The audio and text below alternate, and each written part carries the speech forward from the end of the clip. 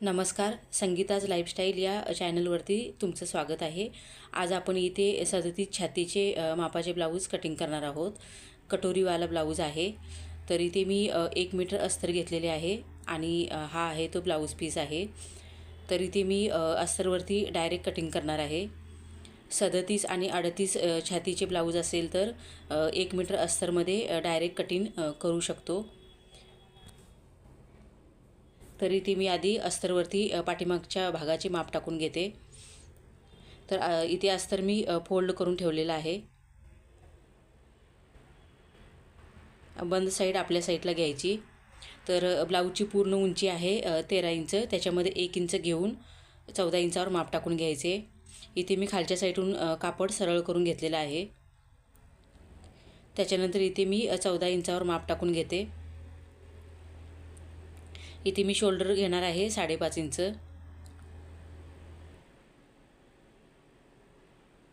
आणि मुंड्यासाठी 6 इंच घेणार आहे.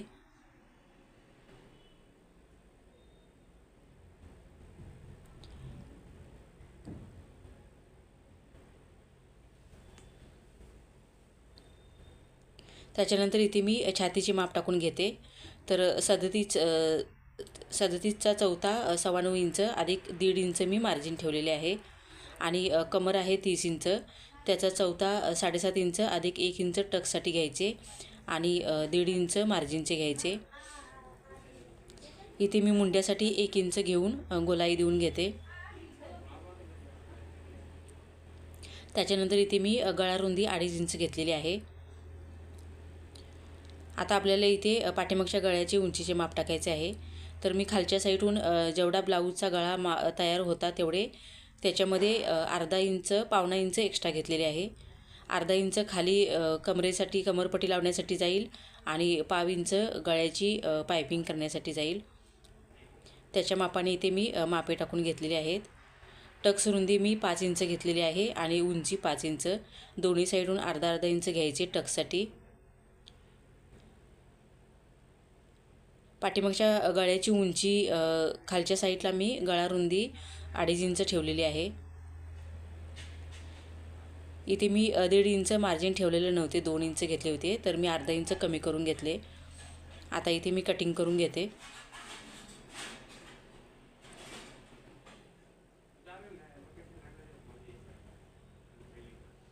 त्याच्यानंतर आपल्याला इथे पुढच्या भागाचे माप टाकून घ्यायचे आहे. तर आपण जो पाठीमागचा भाग कटिंग करून घेतलेला आहे तो आहे तसंच ठेवून घ्यायचा.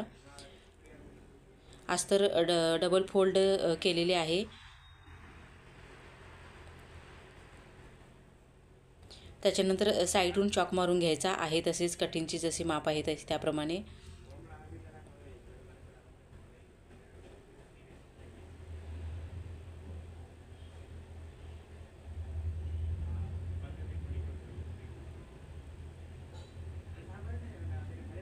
इथे बाहेरच्या साईडहून जसे आपले कटिंगचे माप आहे त्याप्रमाणे इथे मी साईडहून चॉक मारून घेतलेला आहे.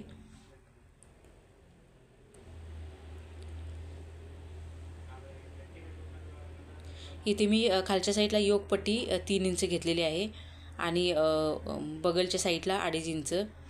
इथून वरच्या साईडला अर्धा इंच घ्यायचे कटोरीचा गोलाकार येण्यासाठी. इथे मी कटोरी 5.5 इंचाची ठेवणार आहे.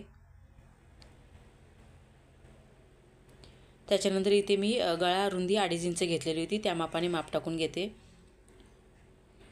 समोरचा गळा इथे मी 6 इंच घेतलेला आहे आणि रुंदी 2.5 इंच.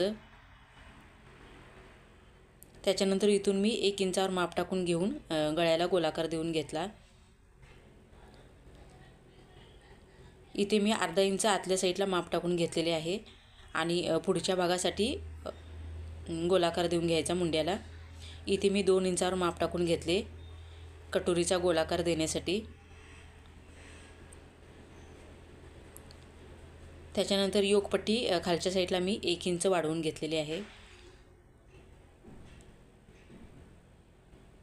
योगपट्टी शिलाई करतेवेळी अर्धा इंच जाईल म्हणून त्याप्रमाणे इथे मी 1 इंचावर खालच्या साईडला 1 इंच वाढवून घेतलेले आहे.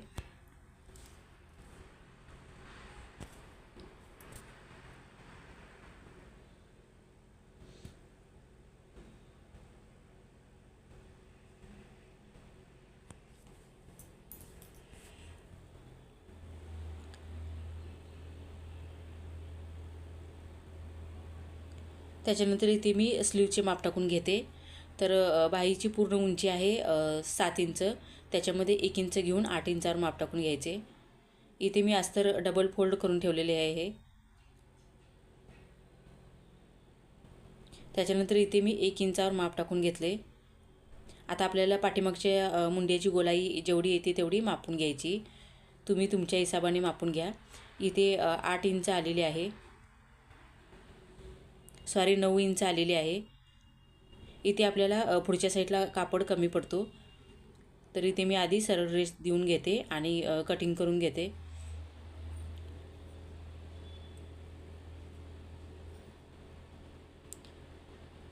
पुढचे जे 1.5 इंचाचे मार्जिन आहे तेवढे आपल्याला कमी पडते. तर इथे मी कटिंग करून घेतलेले अस्तर आहे ते ठेवून पिन लावून घेते.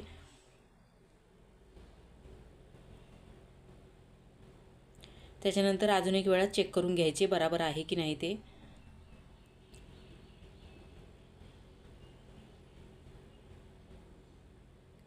इथून मी खालच्या साईडला 3 इंचावर माप टाकून घेते.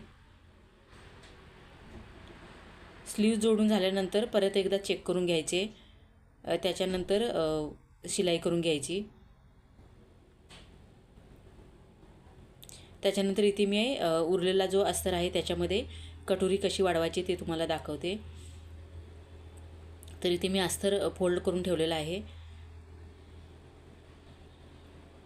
आणि कटोरी वाढवण्यासाठी जी आपली कटिंग केलेली कटोरी असते ती क्रॉसमध्ये ठेवून घ्यायची. त्याच्यामुळे कटोरी व्यवस्थित बसते, नाहीतर मग ब्लाऊज चेस्टच्या साईडला फिटिंग येतो, टाईट होतो.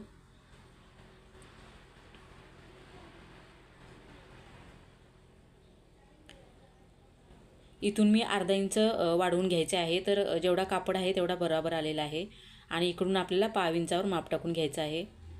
इथून मी कटोरी 1.5 इंच वाढवून घेतलेली आहे. दोन्ही साईडहून 1.5 इंच घ्यायचे.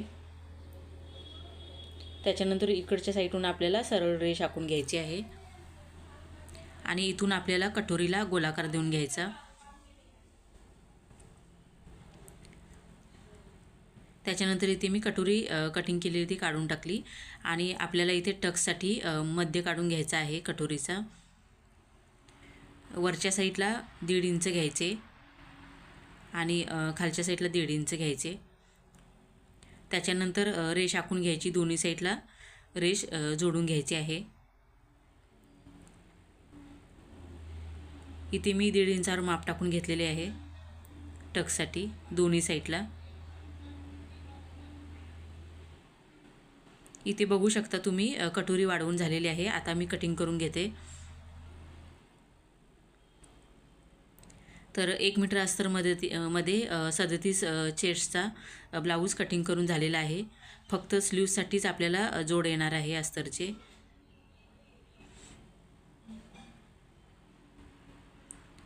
इथे मी दुसऱ्या साईडला टक्स मारून घेतली. इथे अस्तरचे कटिंग झालेले आहे. त्याच्यानंतर आपल्याला इथे ब्लाऊज पीसवरती ठेवून कटिंग करून घ्यायचं आहे. तर ब्लाऊज पीस इथे मी उलट्या साईडून ठेवून घेतलेला आहे फोल्ड करून.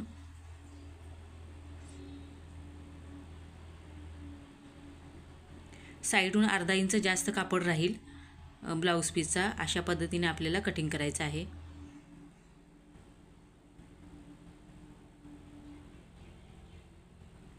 सिल्कवाला ब्लाऊज असेल तर तुम्ही अस्तरला आणि ब्लाऊज पीसला पिन लावून कटिंग करा, नाहीतर मग कापड इकडे तिकडे होण्याची शक्यता असते. तुम्हाला जर माझा व्हिडिओ आवडला असेल तर माझ्या चॅनलला नवीन असाल तर सबस्क्राईब करा आणि लाईक करायला विसरू नका, म्हणजे तुम्हाला माझ्या नवीन व्हिडिओचे नोटिफिकेशन येत राहील.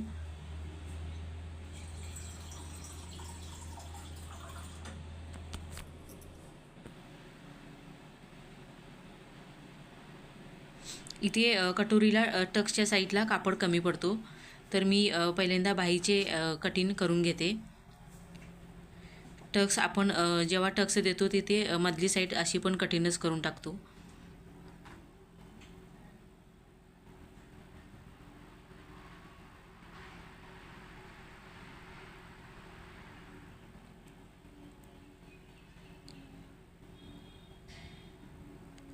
इथे पूर्ण ब्लाऊजचे कटिंग झालेले आहे, तुम्ही बघू शकता.